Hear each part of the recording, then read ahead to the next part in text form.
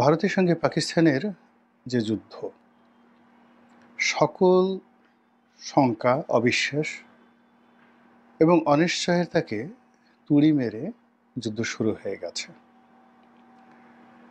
এবং এই যে যুদ্ধটা শুরু হলো, এই যুদ্ধ সম্পর্কে বিবিসি আরও 10 বছর আগে তারা একেবারে সুনির্দিষ্ট ভবিষ্যৎবাণী করেছিল যে 2025 সনেই এই যুদ্ধ হবে। পাকিস্তান এবং ভারতের এই যুদ্ধ নিয়ে ভারত, পাকিস্তান থেকে শুরু করে সারা দুনিয়াতে যারা জ্যোতির্বিজ্ঞান চর্চা করেন তারা প্রায় সকলেই ভবিষ্যৎবাণী করেছিলেন যে সামনে পাকিস্তান এবং ভারতের মধ্যে একটা ভয়াবহ যুদ্ধ হবে। আমরা মোহাম্মদ রসুল্লাহ সাল্লাহ সাল্লামের যে একটি বিখ্যাত হাদিস গাজওয়াতুল হিন্দ এর সম্পর্কে জানি, এবং সেটা কোন জায়গা দিয়ে শুরু হবে সেটা বলা যাচ্ছে না, কিন্তু মুসলমানদের মধ্যে একটি নিদারুণ উৎসাহ, উদ্দীপনা, একটি জাগরণ এবং একটি নবজাগরণ, রেনেসার সূচনা হয়ে যায় যখন তারা এই হাদিসটির কথা স্মরণ করে। কারণও আছে।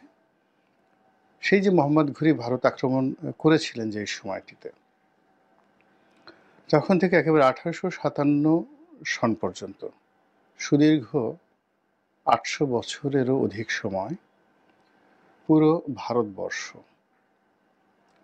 এবং এই ভারতবর্ষের সঙ্গে আবার আফগানিস্তান, তারপর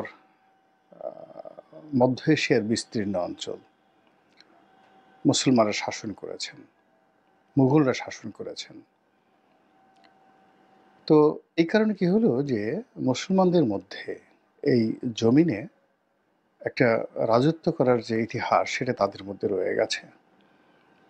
কাজেই ব্রিটিশ জমানাতে তারা যেভাবে বঞ্চিত হয়েছে এবং এখনো পর্যন্ত যেভাবে নির্যাতিত হয়েছে, তারা সবসময় স্বপ্ন দেখে যে তাদের মধ্যে একজন সালাউদ্দিন আইয়ুবী আসবেন, ইমাম মাহাদি আসবেন, হজরত ঈসা আলাইহিস সালাম আসবেন, অথবা অন্য যে কোনো পরিবেশ বা পরিস্থিতিতে আবার ভারতবর্ষে ইসলামী হুকুমত কায়েম হবে। এখন ভারতের যে জনগোষ্ঠী, সেই জনগোষ্ঠীতে অলমোস্ট 35 কোটির মতো সেখানে মুসলমান রয়েছে। পাকিস্তানে প্রায় 22 কোটি, বাংলাদেশে যদি আপনি ধরেন 18 কোটির মধ্যে ধরুন 17 কোটি মুসলমান, এর সঙ্গে নেপাল, তারপর মালদ্বীপ, শ্রীলঙ্কা, সেখানেও বিপুল সংখ্যক মুসলিম বসবাস করে। তো কাজেই যখন ভারতের সঙ্গে, অর্থাৎ এখন যে উগ্র হিন্দুত্ববাদী ভারত রয়েছে, তাদের সঙ্গে পাকিস্তানের যে যুদ্ধ, এই যুদ্ধের মধ্যে সমস্ত কিছুর ঊর্ধ্বে গিয়ে মুসলিম জাতীয়তাবাদ প্রবল আকার ধারণ করবে, এবং এই একদিনের মধ্যে সেই জিনিসগুলো আমরা দেখতে পাচ্ছি বাংলাদেশে।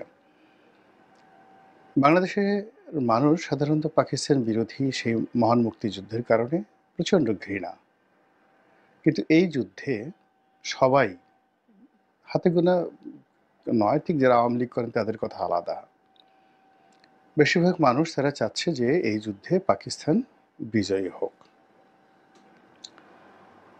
কিন্তু আমরা যদি ইতিহাস পর্যালোচনা করি তাহলে আমরা যে আশঙ্কাটা দেখতে পারি সেটি হলো যে পাকিস্তান এবং ভারতের মধ্যে যে যুদ্ধ, এটি যদি প্রলম্বিত হয়, এটি যদি অমীমাংসিত থাকে, তাহলে তার রেশ এই বাংলায় এসে কিভাবে পড়বে।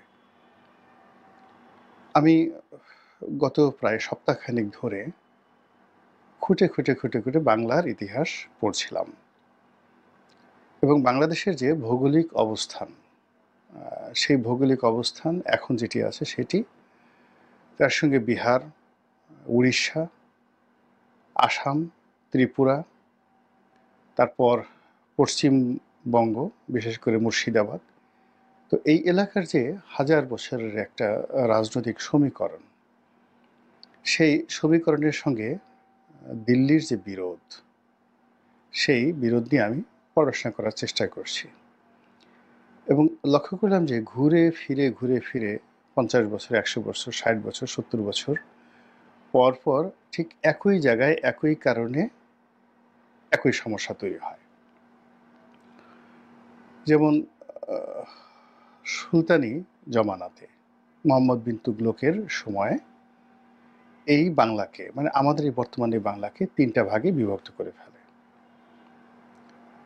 তো উত্তর বঙ্গ এটি মূলত একটি রাজ্য, অর্থাৎ রংপুর, দিনাজপুর, রাজশাহী এবং মুর্শিদাবাদ এটি একটা এলাকা। মধ্য অঞ্চল সেটা সোনারগাঁকে কেন্দ্র করে একটি এলাকা। আর চট্টগ্রাম, বরিশাল, দক্ষিণাঞ্চল এটাকে আলাদা একটা এলাকা। এইভাবে ৩টি ভাগে তারা বিভক্ত করত। তো সেই বিভক্ত করে দিল্লি যতবারই এখানে আক্রমণ করেছে, যেমন যখন গুজরাট থেকে এসে চোল সম্রাটরা আক্রমণ করেছিল, তখন এটি মুর্শিদাবাদের দিকে আক্রমণ করেছিল পাল সম্রাটদের সময়, দ্বিতীয় মহিপালের জামানাতে ১১২৪ খ্রিস্টাব্দে।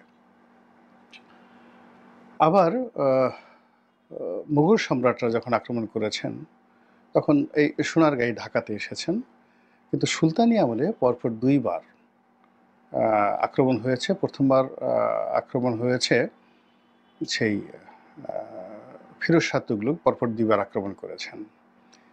গিয়াসুদ্দিন বলবনও পরপর দুইবার আক্রমণ করেছেন এই বাংলা। তো ফিরোজ শাহ তুগলক যে আক্রমণটা করেছেন এটা এই দিনাজপুরের এই এলাকাতে, যেখানে আমরা এখন শিলিগুড়ি করিডোর বলছি, চিকেন নেক বলছি। এবং অবাক করার ব্যাপার হলো যে বাংলার ৩জন নামকরা বাদশাহ ছিলেন ইলিয়াস শাহী বংশের।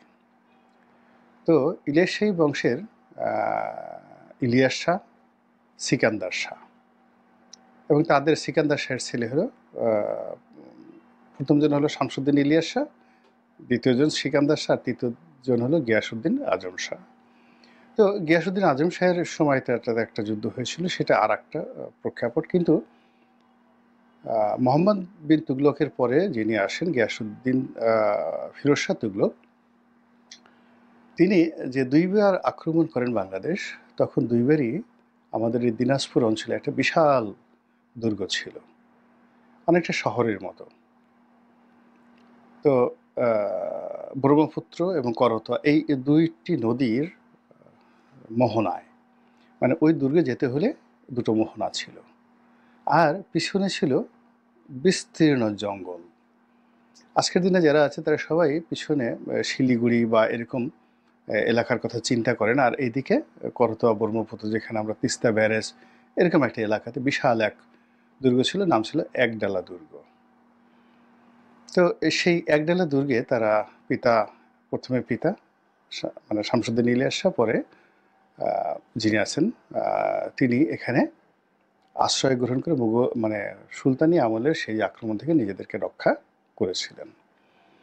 তো সবসময় উত্তরবঙ্গটিকে বাংলার যারা শাসক, সেটা ইলিয়াস শাহী বংশ বলেন, হোসেন শাহী বংশ বলেন, পালেরা বলেন, পাল সম্রাটরা, সেন বংশ বলেন তারা, তারপরে শশাঙ্ক তারা, যেই সময়টাতে বাংলা খুব শক্তিশালী ছিল, সবসময় উত্তরবঙ্গকে তারা একটা দুর্গ হিসেবে গড়ে তুলেছিল। কিন্তু আমরা এই স্বাধীনতার পরে বিভিন্ন কারণে উত্তরবঙ্গকে কখনোই দুর্গ হিসেবে গড়ে তুলিনি। ফলে এই সময়টিতে এসে সৈয়দপুরে যে একটা ঘাঁটি, বিমান ঘাঁটি, যেটা ব্রিটিশ জামানাতে তৈরি করেছিল, এই কারণ হলো ব্রিটিশরা যখনই কোনো একটা সিদ্ধান্ত নিতেন, তারা হাজার বছরের একটা ইতিহাস দেখে একটা ভৌগোলিক যে অবস্থানে বারবার আক্রমণ হয় এবং একটা ভূখণ্ডের দুর্বলতম জায়গা, সেই জায়গাগুলোতে তারা মিলিটারি ক্যান্টনমেন্ট তৈরি করতেন। এবং তারই ধারাবাহিকতায় তারা মনে করেছিল যে আগামীতে এই অঞ্চলের উপরে সেই ব্রিটিশ জামানাতে যদি কখনো আঘাত আসে, তাহলে এই উত্তরবঙ্গের এই জায়গাটাতে আসবে, শিলিগুড়ি করিডোরে, এবং ওটাকে মোকাবেলা করার জন্য তারা ওখানে একটা বিশাল বিমান ঘাঁটি, যেটা এশিয়ার বৃহত্তম বিমান ঘাঁটি এখনো পর্যন্ত। মানে ভারতের যে কোনো বিমান ঘাঁটি, বাংলাদেশের যে কোনো বিমান ঘাঁটি, পাকিস্তানের সবচেয়ে বড় বিমান ঘাঁটি কিন্তু আমাদের এই সৈয়দপুরে, যেটি ইউনূস সরকার আবার নতুন করে রিনোভেট করার সিদ্ধান্ত নিয়েছে। এখন এই যে শিলিগুড়ি করিডর, এই করিডর এই ভারত পাকিস্তান যুদ্ধের এই সময়টিতে মারাত্মক ঝুঁকির মধ্যে পড়ে যাবে। ভীষণ রকম যুদ্ধের মধ্যে, মানে এই যুদ্ধের ফলাফল যাই হোক না কেন, এখানে একটা আঁচ লাগবে, বাংলাদেশে একটা আঁচ লাগবে। এখন সেই বিষয়গুলো, যেহেতু যুদ্ধ একেবারেই প্রথম শুরু হলো, কাজে এখানে আগামী অনেকগুলো ভিডিও শুধুমাত্র পাকিস্তানের এই ঘটনা নিয়ে করব। আরও ডিটেলস বলবো, ভিডিওগুলো ছোট ছোট করার চেষ্টা করব। আর শুধু যেহেতু শুরু হলো এই সময়টিতে আমাদের পাকিস্তান নিয়ে, ভারত নিয়ে বা ভারতের পক্ষ নিয়ে তালি বাজানো, পাকিস্তানের পক্ষ নিয়ে তালি বাজানো, আসে কয়টা বিমান পড়লো, এগুলোর চাইতে আমাদের নিজেদের পিঠ বাঁচানোর জন্য যে কর্মকাণ্ডগুলো করা দরকার, সেই বিষয়গুলো নিয়ে আমার যে চিন্তা সেটা আপনাদের সঙ্গে শেয়ার করার চেষ্টা করব। সরকারের যারা কর্তা ব্যক্তি আছেন তারা যদি সংযুক্ত থাকেন, তারা এই বিষয়ে যদি আরও গভীরভাবে চিন্তা করেন, আমার চেয়ে আরও অধিক যারা বিশেষজ্ঞ রয়েছেন, যাদের কাছে তথ্যপত্র রয়েছে, আমি শুধুমাত্র ইতিহাসের আলোকে একটু ক্লু দিতে পারি।